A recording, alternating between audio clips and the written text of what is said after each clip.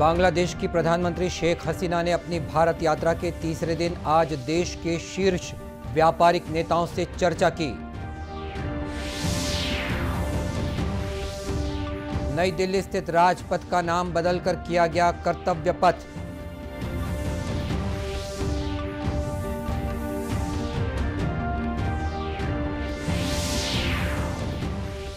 सड़क दुर्घटनाओं पर नियंत्रण के लिए अब कार की पिछली सीट पर बैठने वालों के लिए भी सीट बेल्ट लगाना अनिवार्य।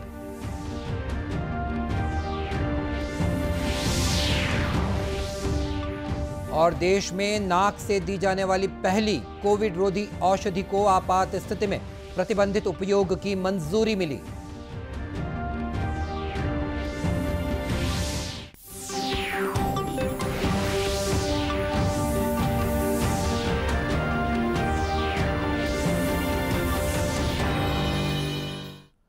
नमस्कार, आप देख रहे हैं दूरदर्शन समाचार। मैं हूं मनीष अहलूवालिया और अब समाचार विस्तार से। बांग्लादेश की प्रधानमंत्री शेख हसीना इन दिनों भारत के प्रवास पर आई हुई हैं। यात्रा के तीसरे दिन आज उन्होंने नई दिल्ली में शीर्ष व्यापारिक नेताओं के साथ चर्चा की। इससे पहले प्रधानमंत्री नरेंद्र मोदी और बांग्लादेश की प्रधानमंत्री की मौजूदगी में कल नई दिल्ली में भारत बांग्लादेश साझेदारी की समीक्षा करने और संबंधों को सुदृढ़ बनाने के लिए द्विपक्षीय वार्ता की गई। दोनों नेताओं के नेतृत्व में भारत बांग्लादेश प्रतिनिधिमंडल स्तर की बातचीत हुई है। आइए देखते हैं उनकी इस यात्रा पर एक संक्षिप्त रिपोर्ट। प्रधानमंत्री नरेंद्र मोदी और बांग्लादेश की प्रधानमंत्री की मौजूदगी में दोनों देशों के बीच प्रतिनिधिमंडल स्तर की वार्ता हुई। गौरतलब है कि भारत और बांग्लादेश ने पिछले कुछ सालों में कई कनेक्टिविटी पहल को पुनर्जीवित किया है।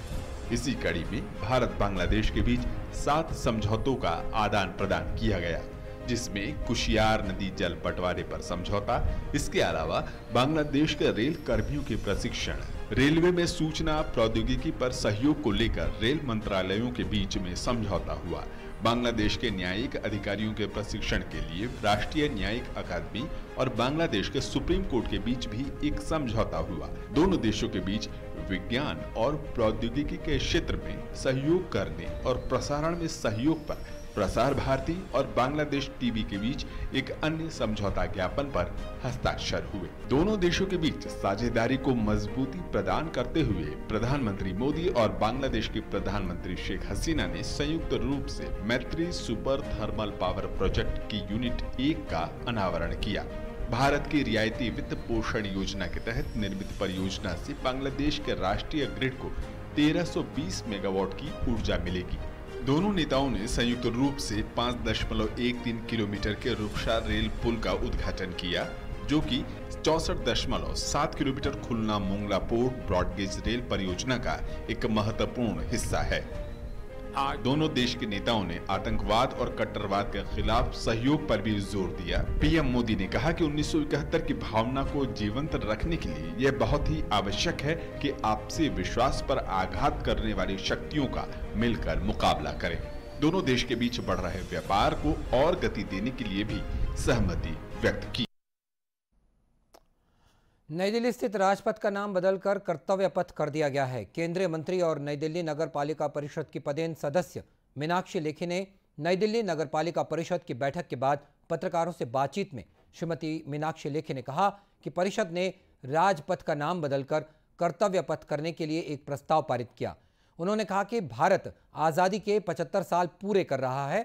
ऐसे में औपनिवेशिक परंपरा को त्याग कर और अमृत काल में अपनी ही विरासत के साथ आज़ादी के 100 वर्ष पूरे होने की ओर बढ़ना उचित है। उन्होंने इस ऐतिहासिक निर्णय पर सभी नागरिकों को बधाई दी।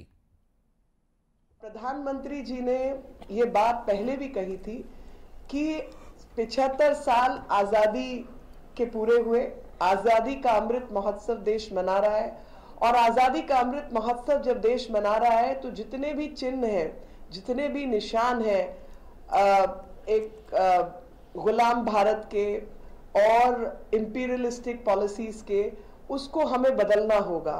और जो सेंट्रल विस्टा का निर्माण किया गया, जिस प्रकार से पार्लियामेंट का निर्माण जारी है, और उस सेंट्रल विस्टा का निर्माण ही नहीं बल्कि वो प्रेरणा के रूप में हर भारतीय के मन में एक संदर्भ पैदा कर सके और आजादी के अमृत महोत्सव के दौरान हम सब लोग आने वाले भारत की तस्वीर अपने हाथों से निर्माण कर सके, यही हम सबकी प्रेरणा हो। और प्रधानमंत्री जी के कथा अनुसार इसका जो नाम है वो कर्तव्य पथ किया गया है।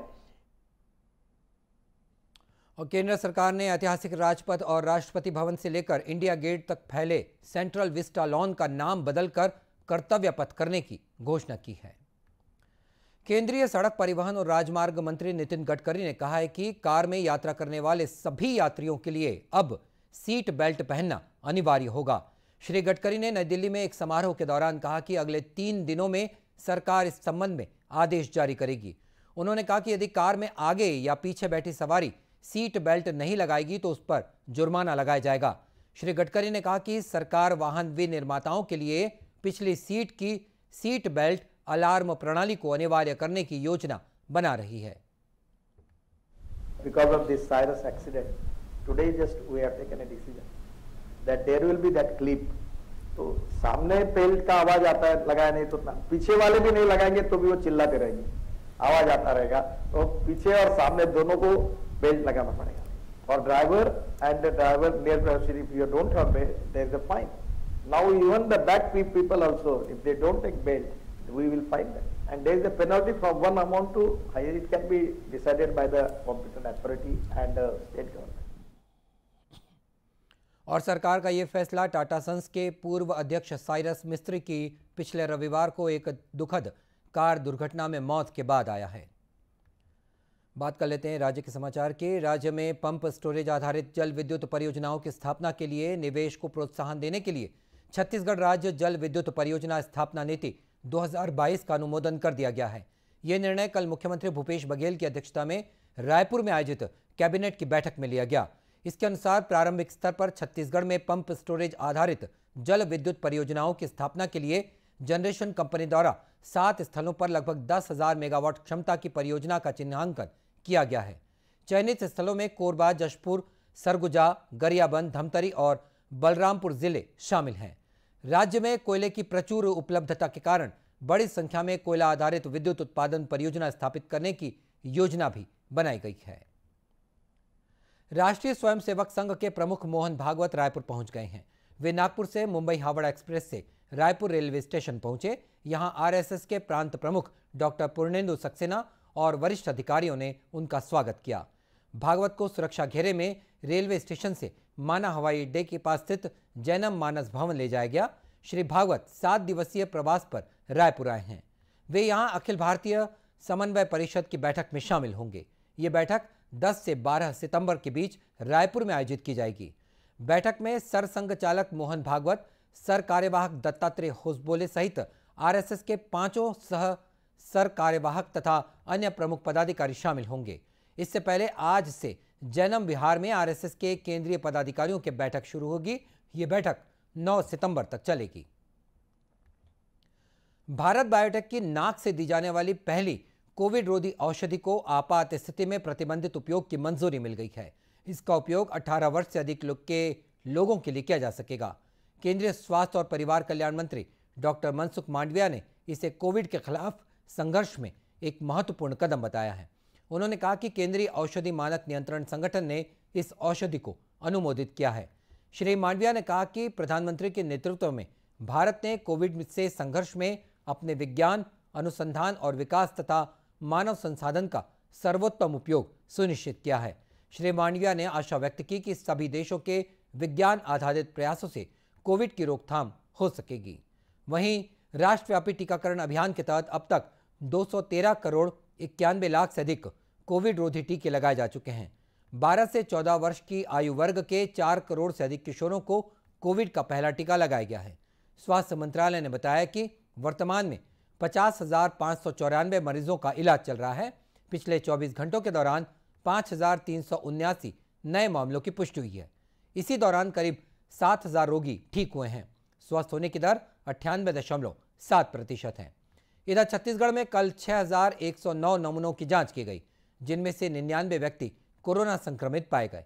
इस समय राज्य की औसत पॉजिटिविटी दर 1.62% है। कल प्रदेश में कोरोना संक्रमण से 2 लोगों की मृत्यु हुई है। इस समय प्रदेश में 722 मरीजों का इलाज विभिन्न अस्पतालों या होम आइसोलेशन में चल रहा है। वहीं प्रदेश में कोविड टीकाकरण अभियान भी जोर शोर से जारी है। कांकेर जिले के ग्रामीण क्षेत्रों में भी टीकाकरण को लेकर जागरूकता देखने को मिल रही है। टीकाकरण के लिए पहुंचने वाले स्वास्थ्य कर्मियों के पास ग्रामीण बेझिझक टीका लगा रहे हैं। डोर टू डोर टीकाकरण के आंकड़ों में कांकेर जिला छत्तीसगढ़ में पहले स्थान पर है। स्वास्थ्य कर्मी और मितानिन खुश हैं कि ग्रामीणों की मदद की वजह से अभियान को सफलता मिल रही है। मेरे स्वास्थ्य केंद्र के अंदर जो ये गांव है हिमोड़ा, यहाँ आज वैक्सीनेशन टीकाकरण चल रहा है, जिसमें घर घर जाके हम वैक्सीन कर रहे हैं, लोगों को लगा रहे हैं। और हमें खुशी है कि लोग अभी अपने से होके आके लगा रहे हैं और कांकेर जिला प्रथम नंबर पे आए हैं। हमें बहुत खुशी है। सभी विभाग के द्वारा ये प्रचार प्रसार किया गया है। जो प्रचार प्रसार के दौरान जो लोग बाग शिक्षित हुए हैं और जागृत हुए हैं, हमें खुशी है, आगे आके लगा रहे हैं। हमारे घर में सभी लोग टीका लगा चुके हैं और सभी लोगों को प्रेरित भी करते हैं कि टीका लगा करके। बहुत लोगों ने लगाया, बहुत लोग लगाए भी नहीं हैं। और मुझे खुशी भी है कि छत्तीसगढ़ में कांकेर जिला फर्स्ट आया है कोविड टीका लगाने में, और खुशी भी हो रहा है। लोगों भी बहुत समझ रहे हैं और लगा भी रहे हैं। इस समय कांकेर जिले में कोरोना संक्रमण के 239 सक्रिय मामले हैं। कांकेर जिले में एक इनामी महिला माओवादी ने आत्मसमर्पण किया है। ये महिला माओवादी बीते करीब 3 वर्षों से संगठन में सक्रिय थी। इस पर पुलिस ने 1 लाख रुपए का इनाम भी घोषित कर रखा था। इस महिला माओवादी ने सरकार की पुनर्वास नीति से प्रभावित होकर आत्मसमर्पण करने का फैसला लिया। जिले के पुलिस अधीक्षक शलभ कुमार सिन्हा ने इस बारे में मीडिया को जानकारी दी। छत्तीसगढ़ शासन की आत्मसमर्पण नीति से प्रभावित होकर के एक महिला नक्सली ने आत्मसमर्पण करने का और मुख्य धारा में लौटने का निश्चय किया है और हम लोगों से संपर्क किया था। जो आत्मसमर्पित नक्सली है उसका नाम पार्वती शोरी है। ये भूमरा ग्राम के रहने वाली है और रावघाट एरिया कमेटी के अंतर्गत जो पानी डुबिर LOS फॉर्मेशन है उसमें ये सक्रिय नक्सली सदस्य रही है। इसके ऊपर छत्तीसगढ़ शासन के द्वारा 1 लाख रुपए का इनाम घोषित था और ये जो नक्सली विचारधारा है उससे तंग आकर के इसने पुलिस को संपर्क किया और उसके बाद फिर इसको हम लोगों ने इसके गांव से यहाँ लेकर आए हैं और जो शासन की नीति है उसका लाभ इसको देने के उद्देश्य से आज मुख्य धारा में लौटने के लिए ये आत्मसमर्पण कर रहे हैं।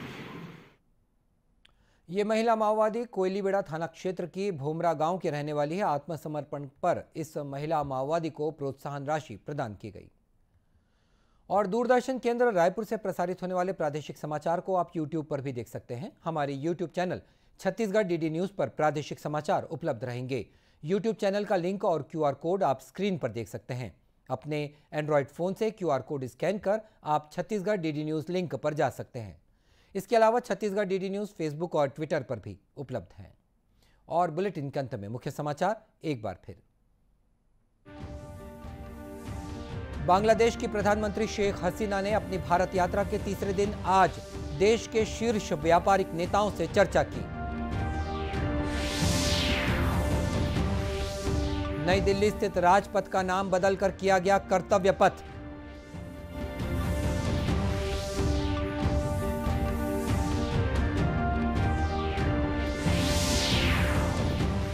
सड़क दुर्घटनाओं पर नियंत्रण के लिए अब कार की पिछली सीट पर बैठने वालों के लिए भी सीट बेल्ट लगाना अनिवार्य।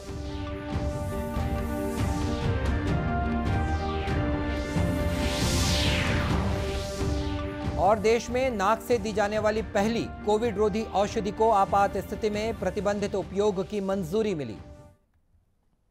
और इसी के साथ ये समाचार बुलेटिन समाप्त हुआ। नमस्कार।